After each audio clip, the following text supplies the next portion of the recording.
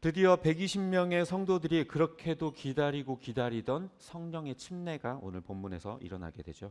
그 날은 바로 오순절이었습니다. 이 오순절이라고 하는 날은요, 구약 시대 때 지켜오던 3대 절기 중에 하나로 바로 칠칠절을 의미합니다. 또 유대 지역에서는요, 이 보리 추수를 처음 거두게 되는, 그러니까 봄과 가을 이 두 번을 하게 되는데, 처음 거두게 되는 봄에 거둔 그 보리 추수, 첫 열매를 드리는 초실절이라고 하는데요. 첫 열매를 드리는 그 초실절을 또 맥추절이라고도 합니다. 이건 우리가 지금 알고 있는 맥추감사절하고는 좀 완전히 다른 이야기예요. 또 이것이 오순절이라고 불리는 이유는 6월절 이후 50일째 되는 날이기 때문에 그 날을 오순절이라고 이렇게 이야기를 합니다. 또 물론 저희는 지키지 않는 절기이기는 합니다만 신약 시대에 들어서는 이때 성령이 임재하였다 하여서 성령 강림절로 지키고 있어요. 그러니까 이 오순절이라고 하는 이 이름의 별명은, 그러니까 별명이라기보다 같은 이름은 칠칠절, 맥추절, 오순절, 성령 강림절 이렇게 불리고 있는 것이죠. 그리고 날짜를 따져보면요, 오늘 이제 이 사람들이 이제 성령 침례를 받게 되는 이 오순절의 때가 언제냐? 6월절 때 어떤 사건이 있었는지 기억하세요? 그러니까 50일 전, 지금 오순절이잖아요. 50일 전 6월절 때 뭐가 있었는지 기억하는 분? 에? 십자가 달려 죽으셨나요? 그날? 그렇죠. 만찬을 나누셨어요. 최후의 만찬.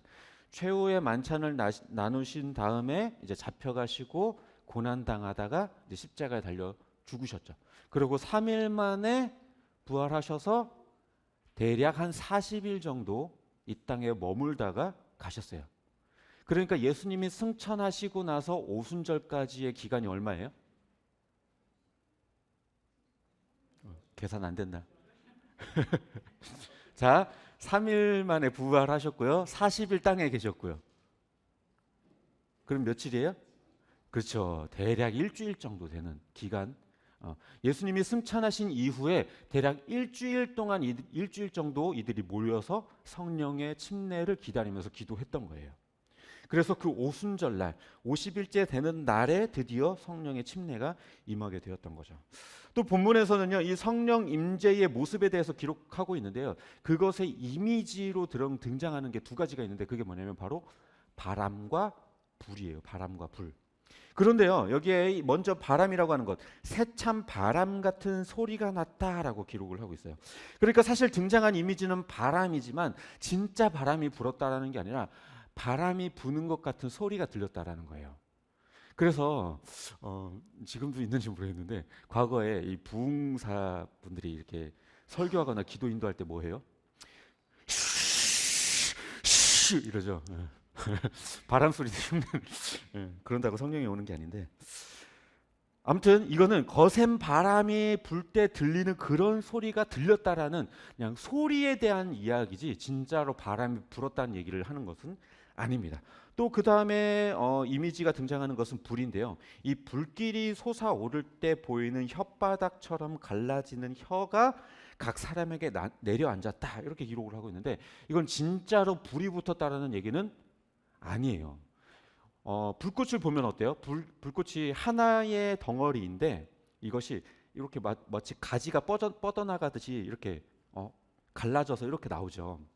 그것처럼 성령의 임재하시는 그 모습이 하나의 줄기에서 나뭇가지가 뻗어나오듯이 각 사람에게 이렇게 뻗어져 나갔다라는 거예요.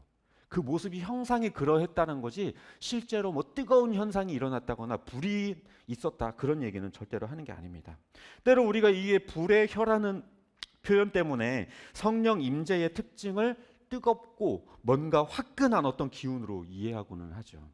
그래서 열정적으로 기도하고 막 땀을 뻘뻘 흘리면서 막 눈물을 흘려가면서 기도할 때 성령의 임재가 더 강하게 올 거라고 막 우리가 믿고 있죠. 하지만 이거는요, 성령 하나님에 대한 아주 잘못된 이해예요. 성령의 임재라는 건요, 예수님을 믿게 된 사람에게 처음 임하시게 되는 단 1회적인 경험이에요. 한 번의 경험.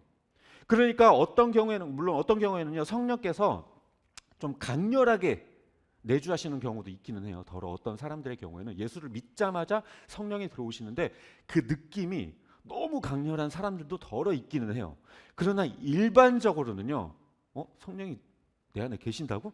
오히려 눈치 못 채는 사람들이 훨씬 더 많아요. 예수님께서도 성령 하나님에 대해서 뭐라고 말씀을 하셨냐면 바람이 임의로 불매 어디로부터 와서 어디로 가는지 알지 못한다라고 예수님께서도 말씀하셨죠.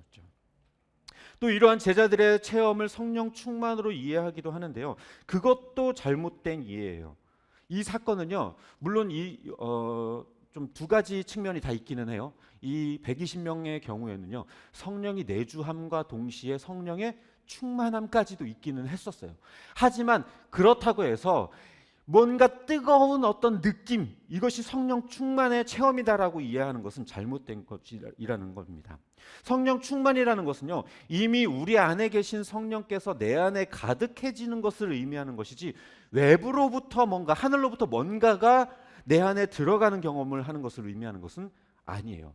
즉 다시 말해서 이 120명의 경우에는요, 아주 특별하게 성령의 내주가 임함과 동시에 그 안에서 성령의 충만함이 같이 있었던 것뿐이지, 성령의 내주가 있고 나서 그 다음에 성령 충만이라는 게 또다시 한 번 더 왔던 게 아니라는 거예요. 이미 내 안에 계신데 밖에서 뭔가 들어온다? 그건 뭔가 좀 이상한 거죠. 게다가 성령 충만이라고 하는 것은요, 한순간 뜨겁게 기도하고 찬양하고 눈물 흘린다고 해서 이루어지는 게 아니에요. 오히려 성령 충만이라는 것은요, 삶에서, 일상 속에서 이루어지는 게 성령 충만이에요. 저도 청년 때요, 그런 경험이 참 많아요.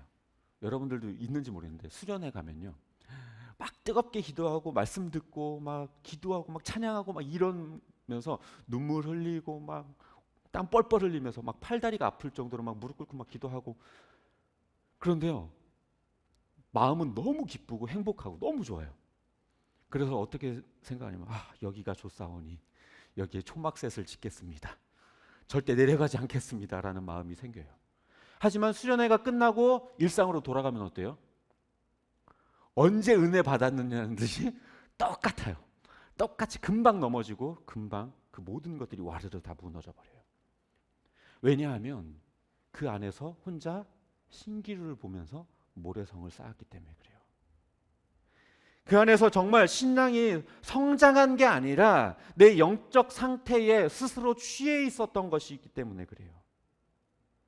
그런데 우리는 이 본문에서 그들이 함께 모여 일정 기간 동안 기도하여서 성령 충만을 경험했다. 그러니까 이렇게 뜨겁게 단시간 동안 뭔가 기도를 하면 성령이 임하는구나 라고 우리가 이렇게 결론을 내버리는데요, 이건 굉장히 잘못된 일이에요. 사도행전에서 특히 오늘 본문에서 나타난 성령 침례의 사건에서 우리는 이렇게 죽어라 기도하면 성령 침례를 받을 수 있다라는 공식을 뽑아내면 안 돼요. 당시 예수님께서 이 모인 자들에게 성령의 침례를 주신다고 하셨던 것은요, 예수님께서 그들에게 약속하셨기 때문에 성령이 오신 것이지, 이 사람들이 막 열정적으로 기도했기 때문에 성령이 임하신 게 아니에요. 무슨 말이냐? 정말 극단적으로까지 이야기를 하자면요, 그들이 기도하지 않았어도 성령은 임하셨을 거예요. 왜냐하면 하나님께서 약속하셨던 것이고 하나님의 뜻과 계획 안에 있었던 일이기 때문에. 그들이 열정적으로 뜨겁게 기도했기 때문에 성령이 임한 게 아니라 하나님의 뜻이었고 예수님의 약속이었기 때문에 성령이 임했다라는 거예요. 기도의 결과로서 얻어진 게 아니라 하나님의 뜻하신 바에 의해서, 하나님의 결정에 의해서 이루어진 일이라는 겁니다. 그러니까 열정적으로 기도하면 이러한 성령의 강력한 임재를 경험할 수 있다는 식의 논리는요, 절대로 성경적이지가 않아요. 물론 그렇다고 해서 기도가 필요 없다, 열정적으로 기도해도 소용없다, 그런 말을 하려는 건 아니에요. 정말 이들이 기도했던 이유는 우리가 열심히 기도하면 성령이 임하겠지라는 마음으로 기도한 게 아니었어요. 예수님께서 우리에게 성령을 주시기로 약속했으니까 우리가 기대하고 소망하는 마음으로 기도하자였지, 내가 기도하면 얻을 거야가 아니었어요. 이거는 종이 한 장 차이인데요, 굉장하게 다른 이야기예요. 기도하면 이걸 얻을 거야라는 게 아니라 이미 주실 것에 대한 기대를 가지고 소망을 가지고 나는 기도한다. 이건 완전히 다른 이야기예요.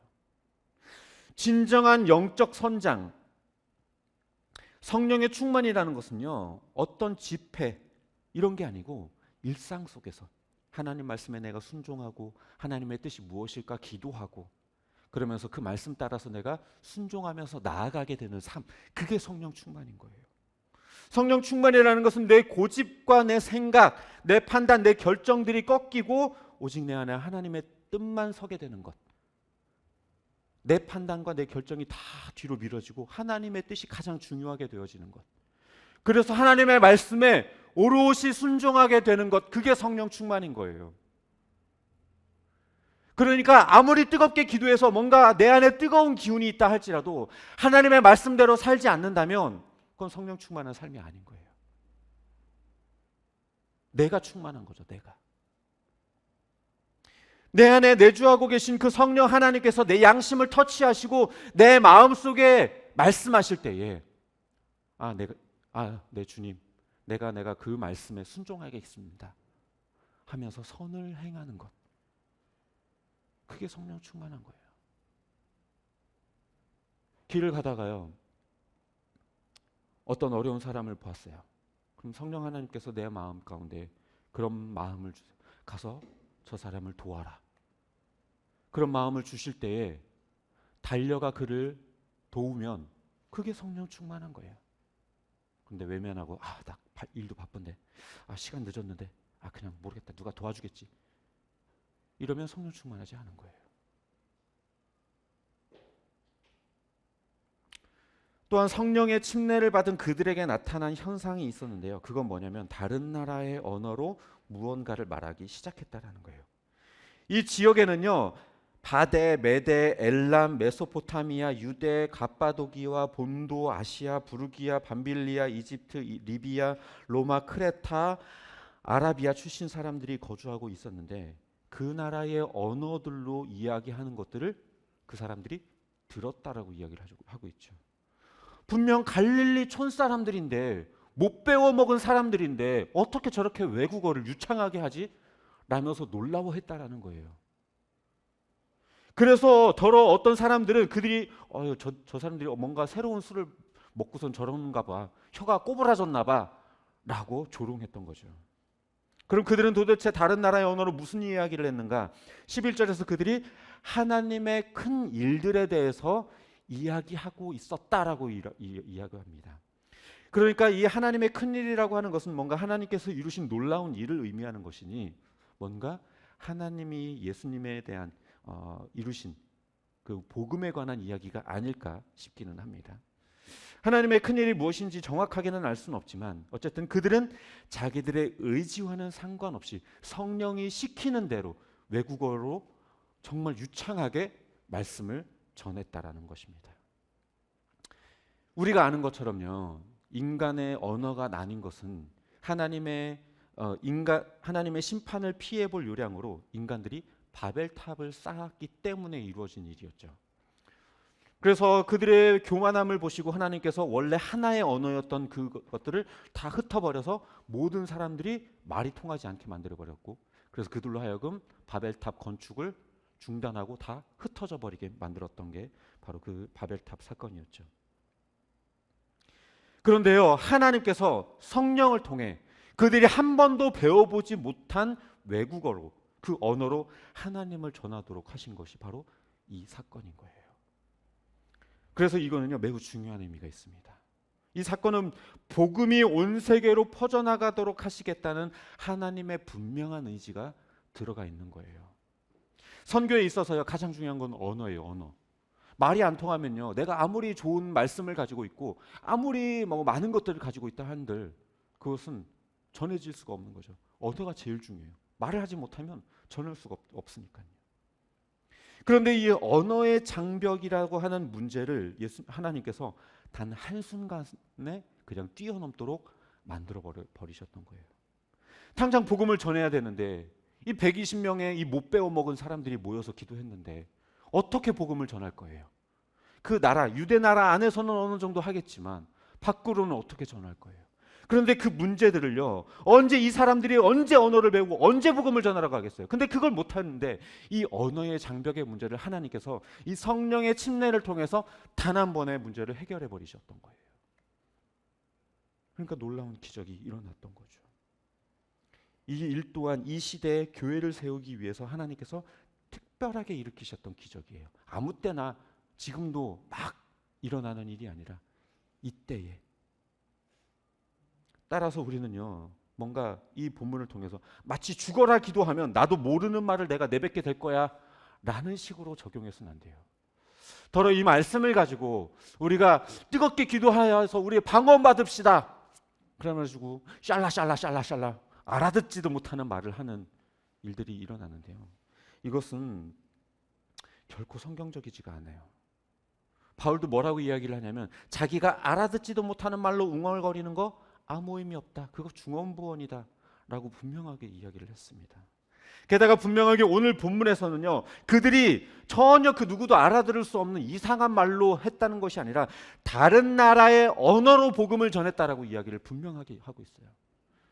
그러니까 하나님께서 성령의 충만함을 입게 하여서 많은 사람들로 복음을 듣도록 역사하셨던 것이지, 뭔가 그들의 혀가 꼬부라져서 이상한 말을 하게 하셨던 게 아닌 거예요.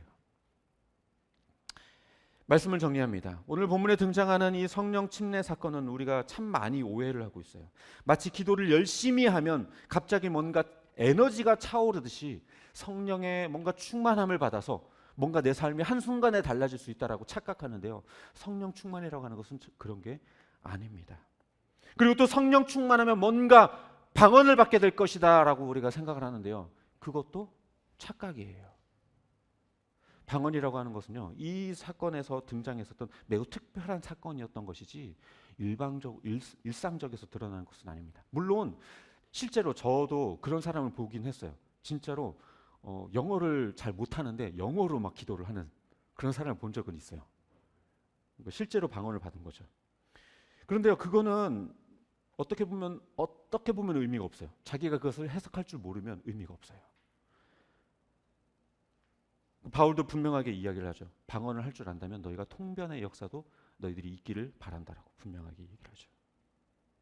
그래서 오늘 본문에 등장하는 이 사건은요, 절대로 지금 우리에게 일반화할 수 없는 아주 특별하고 일회적인 사건이었던 거예요. 교회를 세우기 위해서, 이제 교회가 없기 때문에, 예수님도 없고 교회도 없기 때문에 교회를 세우기 위해서 아주 특별하게 하나님께서 역사하셔서 성령의 침례를 통해 이런 일들이 일어나게 하셨던 것이지, 지금도 막 계속해서 막 일어난다? 물론 선교지에서는 때때로 그런 일이 일어날 수도 있겠지만 그걸 일반화시켜서 이해할 수는 없는 일입니다. 하지만 우리가 이 본문을 통해서 우리가 깨달아야 하는 것은 무엇이냐면, 이들처럼 성령 충만에 대한 기대와 소망을 가지고 살아가야 한다는 거예요. 그리고 또 하나는 그 성령 충만을 따라 이들이 방언을 가지고 하나님의 복음을 전했던 것처럼, 그 사명을 감당했던 것처럼 우리도 성령 충만을 통해 하나님이 내게 맡겨주신 사명들을 감당하고자 하는 마음이 우리 안에 있어야 한다는 사실입니다. 다락방에 모인 이 무리들이 열심히 기도한 건 그만큼 성령 임재에 대한 열망이 가득했기 때문이에요. 그런데 저와 여러분은요, 성령 충만에 대한 열망이 없죠. 별로 관심이 없어요. 성령 충만. 사는 것도 바빠 죽겠는데 무슨 성령 충만. 교회만 다니면 그거라도 다행이지. 또 뭔가 성령 충만을 통해서 하나님의 말씀을 따라 살고 하나님 나라를 소망하면서 그 복음을 전하는 삶에 대한 열망도 없어요. 전도는커녕 나 하나 말씀 보는 것도 어렵죠. 간신히 교회 다니고 간신히 설교 듣는 정도로 신앙생활 퉁쳐버려요. 제가 요즘 헬스를 다니거든요. 헬스를 다니기 시작했는데 아무 티도 안 나죠? 왜냐하면 근육을 키우려고 다니는 게 아니라 살려고 다녀요. 도저히 운동 안 하고 맨날 앉아서 컴퓨터만 하다 보니까 목부터 어깨, 등, 허리 막 다 찌뿌둥하고 너무 아파서 야, 이렇게는 도저히 안 되겠다. 살아야 될 것 같아서 살 정도로만 하고 있어요. 죽지 않을 정도만. 그런데요, 신앙생활은 이렇게 생명 연명하듯이 그렇게 하면 안 돼요. 사는 게 바빠서 영적으로 그냥 죽지 않을 정도만, 교회만 그냥 일주일에 한 번 왔다 갔다 하는 정도로만.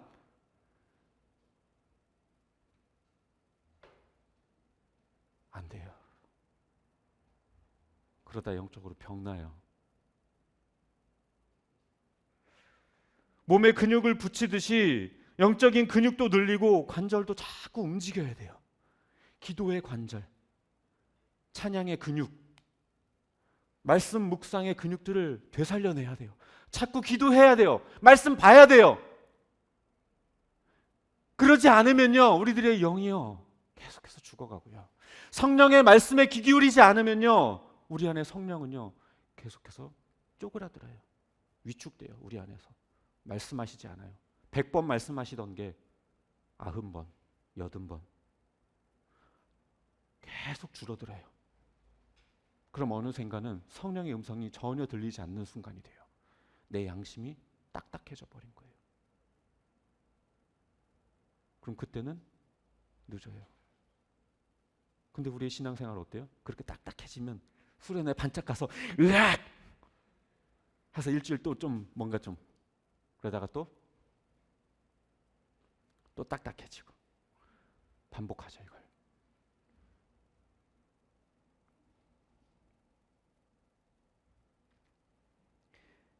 조금이라도 하나님 말씀을 가까이 하고 그 말씀대로 순종하려고 정말 부단히 애쓰셔야 돼요. 세상은 어떻게 해서든지 말씀으로부터 멀어지게 하고 기도의 자리로부터 멀어지게 만들어요. 바쁘게 만들고요. 정신없게 만들고요. 귀찮게 만들고요.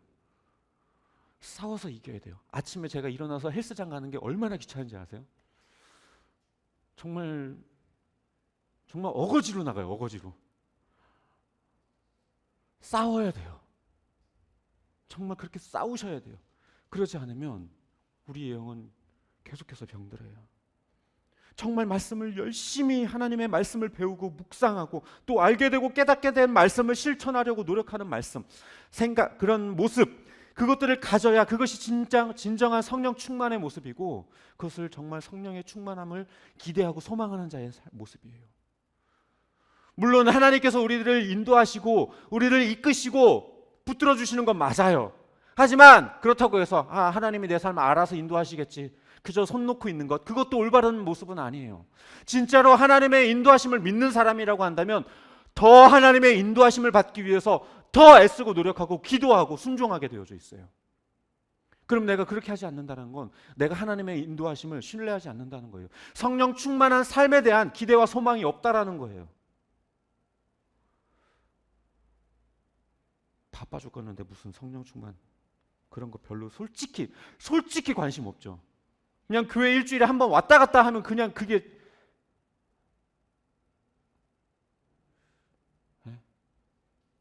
아침에 올려주는 큐티도 그냥 건성으로 한 번 듣거나 아예 듣지도 않고. 제가 그거 준비하느라 얼마나 힘든지 알아요? 한 편 준비하는데 1시간 이상 걸려요. 제 노력 때문에가 아니라 제가 성경 공부 시간에도 말씀을 드렸었지만 사실 큐티는 그냥 햄버거예요. 햄버거. 어떻게 보면. 근데요, 제가 우리 성도들한테 큐티를 시작한 이유가 햄버거라도 안 먹으면 굶어 죽을까 봐. 그냥 자율로 맡겨두면 밥 안 먹고 죽을까 봐. 햄버거라도 먹여야 될 것 같아서. 근데 햄버거도 일주일 먹더니 지겨운지 안 드시더라고요. 제발 말씀을 가까이 하세요. 제발 기도하세요. 제발 성령 충만에 대한 기대와 소망을 가지고 사세요. 성령의 음성에 귀 기울이면서 좀 사세요. 그러지 않으면 나도 모르는 사이에 영적 기아에 시달리게 돼요. 바라기는 이 성령 침례 사건을 통해 성령 충만에 대한 기대와 소망을 품고 성령의 인도에 순종하는 저와 여러분 되시기를 주님의 이름으로 축복합니다.